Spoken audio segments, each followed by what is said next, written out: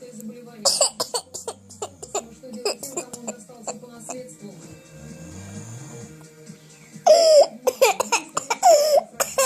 Лучшие комедии в Минске.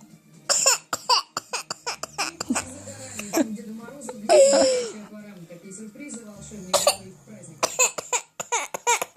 Миссия выполнена, но резать живого в стране не будут. Таков основной тезис президента на сегодняшнем совещании, посвященном сотрудничеству с международными речь о новой расширенного финансирования. Она предполагает $3 миллиарда на услуги, которые Александр Лукашенко сегодня назвал весьма выгодными.